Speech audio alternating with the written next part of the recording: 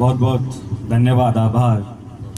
मैं आज की इस छात्र पंचायत में हमारे बड़े भाई, देश में नौजवानों की आवाज़ हैं, दलित, पिछड़े, आदिवासी, महिलाओं की बात करने वाले और जिनकी सबसे ज़्यादा इस हिंदुस्तान में स्टार प्रचारक के तौर पे डिमांड है, बड़े भाई जिग्नेश मेवानी जी। मैं आपका बहुत अभिनंदन स्वागत करता हूं। हमारे बीच में हमारी बड़ी बहन प्रियंका मेघवाल जी हैं, आपका भी स्वागत, अभिनंदन। चेतन जी हमारे यूथ कांग्रेस के महासचिव और भाई गिरधारी जी जिन्होंने शॉर्ट नोटिस पे आपने ये मीटिंग आयोजित की, आपकी पूरी टीम को बहुत बहुत धन्यवाद, आभार।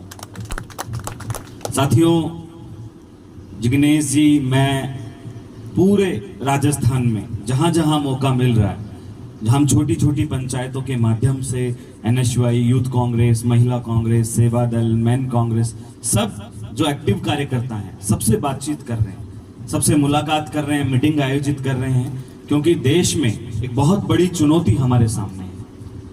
आप सब देख सकते हैं कि किस तरीके से देश के लोकतंत्र को खत्म किया जा रहा है, देश के संविधान के खिलाफ बातें बोली जा रही हैं। बीजेपी के नेता खड़े होते हैं और ये कहते हैं कि 400 पार हमें इसलिए चाहिए कि हम संविधान में संशोधन कर सकें, संविधान में बदलाव कर सकें। साथियों, आपको ये कह के भी जो है कहीं ना कहीं आपस में लड़ाया जाता है कि संविधान को लिखने वाला एक दलित था, डॉक्टर अंबेडकर।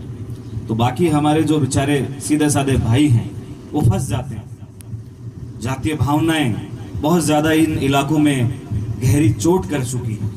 हमारे नौजवान आज पढ़ लिख गए हैं, तो कहीं ना कहीं जो जातियों की नकारात्मक सोच है, नकारात्मक बातें हैं, हम उनको पीछे छोड़कर सभी 36 कौम के लोग आपसी प्रेम से, भाईचारे से साथ में रहने लगे। लेकिन जिग्नेश जी हर मंच पे जा रहे हैं, एक ही बात बोल रहे हैं कि बीजेपी को अगर किसी नेता से सबसे ज्यादा बड़ी दिक्कत है तो डॉक्टर अंबेडकर से है। साथियों, मेरे नौजवान साथी हो, डॉक्टर अंबेडकर केवल दलितों के नेता नहीं थे, दलितों के मसीहा नहीं थे।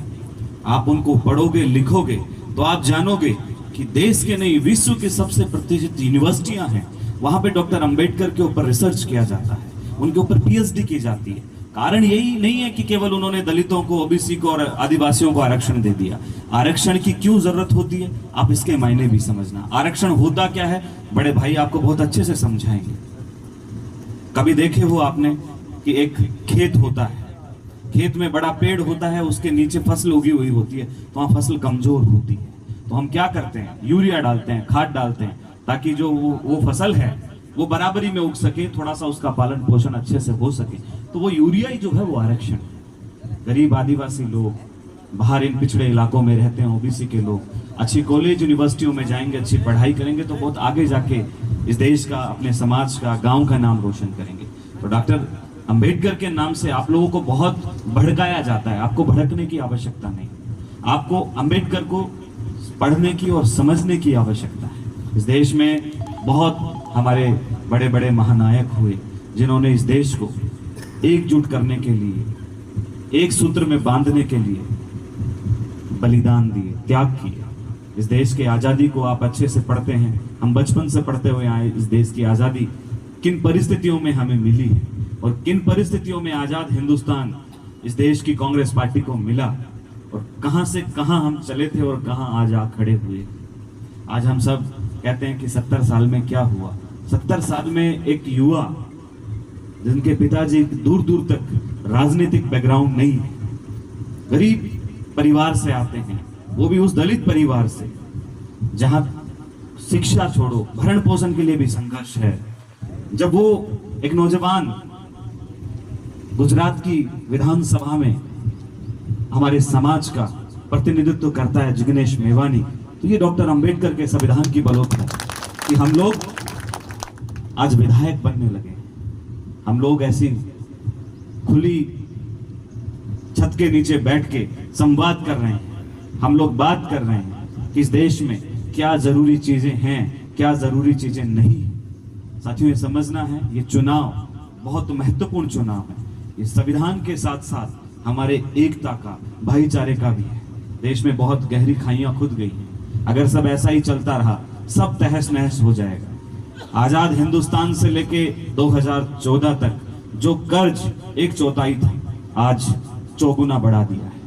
उसका भार किसके ऊपर आएगा? हम नौजवान पीढ़ी के ऊपर। ये तो चले जाएंगे सब। देना तो किसी को, आज तक किसी से कर्जा लिया है, देना तो पड़ा है ना, तो देना तो आज नहीं तो कल पड़ेगा।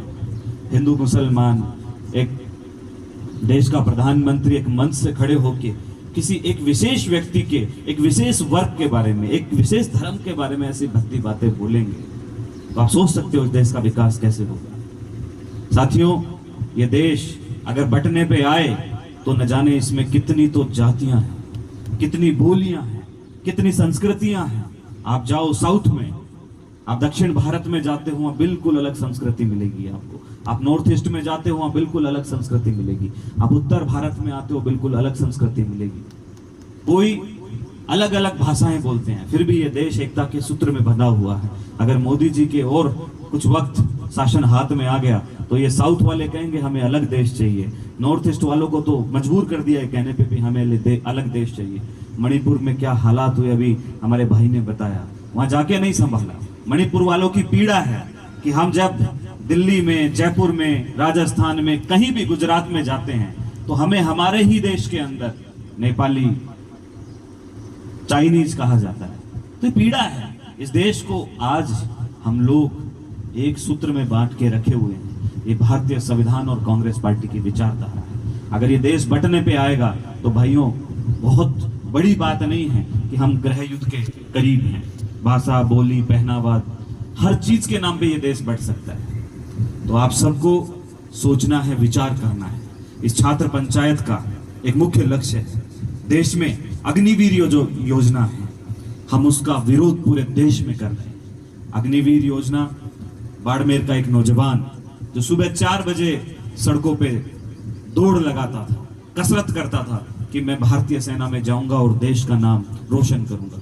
साथियों, अग्निवीर एक स्कीम मोदी जी लेके आते हैं और भारतीय सेना को ठेके पे दे देते हैं। भारतीय सेना जब एक शहीद, कोई बाड़मेर का नौजवान जब एक शहीद होता था तो मेला लग जाता था।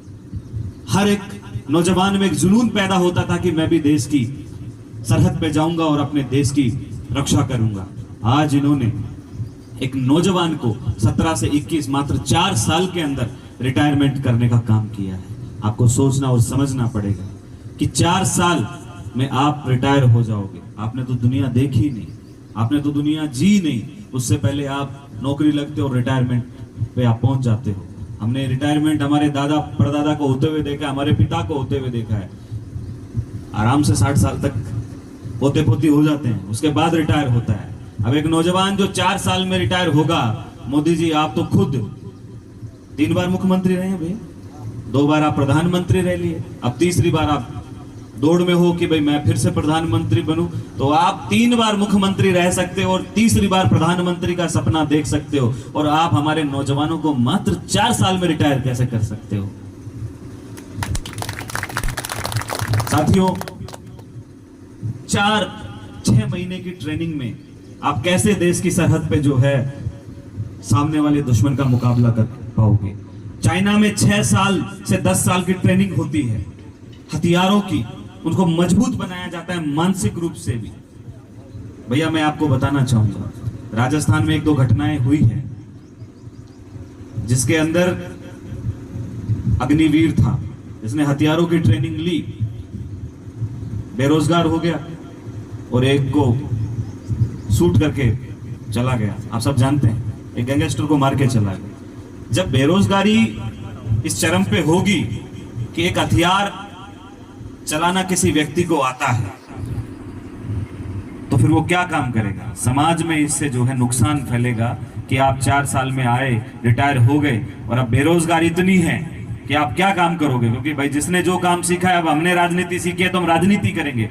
जिसने प्रॉपर्टी का काम सीखा है वो प्रॉपर्टी का काम करेगा, जिसने हलवाई का काम किया तो हलवाई का ही काम करेगा, जिसने सेना में रह के सीखा है हथियार चलाना, जब वो बाहर आएगा तो हथियार ही चलाएगा। तो मोदी जी, हम इस चीज का विरोध करते हैं कि आप तुरंत प्रभाव से जो है अग्निवीर स्कीम को खत्म करो और जो हमारी पुरानी सेना की स्थायी भर्ती थी उस प्रक्रिया को जो है तुरंत प्रभाव से लागू करो। साथ ही 2019 से 2022 तक 1.5 लाख चयनित अभ्यर्थी हैं सेना के। जो पुरानी चयनित जो प्रक्रिया थी हमारी स्थायी सेना भर्ती की, उसके तहत भैया आज 1.5 लाख नौजवान हैं पूरे देश में संघर्ष कर रहे हैं। तो हमारी ये भी मांग है कि उन 1.5 लाख अभ्यर्थियों को तुरंत प्रभाव से जो है ज्वाइनिंग दी जाए। साथियों, बहुत सारे इस देश में छात्रों के, नौजवानों के मुद्दे हैं।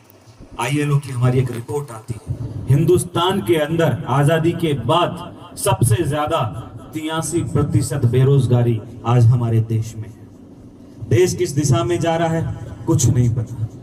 सब जिसको जो हाथ में आ रहा है वो लूट के ले जा रहा है।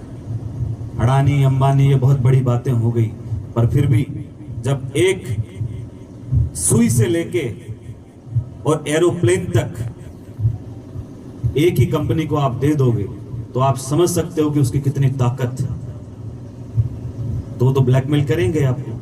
तो मैं यही कहूंगा, हमारे बीच में बड़े भाई आए हैं, उनको सुनना है विस्तार से, वो हमें पूरी चर्चा करेंगे। NSUI के एक कार्यकर्ता से मैं निवेदन करूंगा, ये आपका चुनाव। उमेदाराम जी, पूरे हमने बाड़मेर में घूमे, बहुत अच्छे व्यक्तित्व के व्यक्ति हैं। हर किसी व्यक्ति के मुंह से कभी ये नहीं सुना, उनका कोई विरोधी भी है तो उन्होंने एक ही बात कही है, आदमी अच्छा है। आदमी अच्छा है तो उस आदमी अच्छे को हमें घरों से लेके जो वोट है उसको हमें मत पेटी तक डलवाना है। क्योंकि हम ये देखते हैं कि माहौल बहुत अच्छा है, रैलियों में भीड़ बहुत आ रही है, पर भैया जब तक रिजल्ट हम कॉपी में कुछ लिखेंगे नहीं, हम प्रश्नों के उत्तर सही से देंगे नहीं, आपने पूरे साल क्या तैयारी की उसके कोई मायने नहीं है। आपने उस पेपर पे लिखा क्या, जब उसका रिजल्ट आएगा वो तय होगा।